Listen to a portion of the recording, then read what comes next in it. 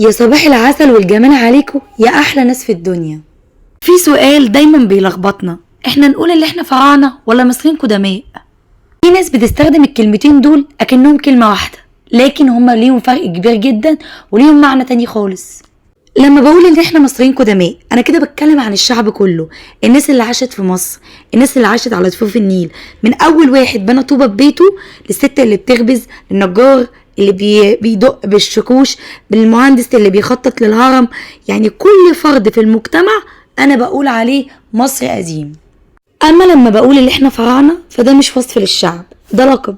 يعني مثلا بقول رئيس، ملك، حاكم، الكلمة ذات نفسها هي لقب، مش ليها علاقة بالمصريين القدماء. كلمة فرعون جاية من اللغة المصرية القديمة، كلمة برعا، وبرعا معناها البيت العظيم، يعني القصر الملكي. مثلا بقول دلوقتي البيت الأبيض، البيت الأبيض ده معناه رئيس أمريكا. هل يا ترى أنا خاصة البيت الأبيض ببيت لونه أبيض؟ لأ، أنا بقول بيت الرئيس الأمريكي، أنا بقصد بيه رئيس أمريكا.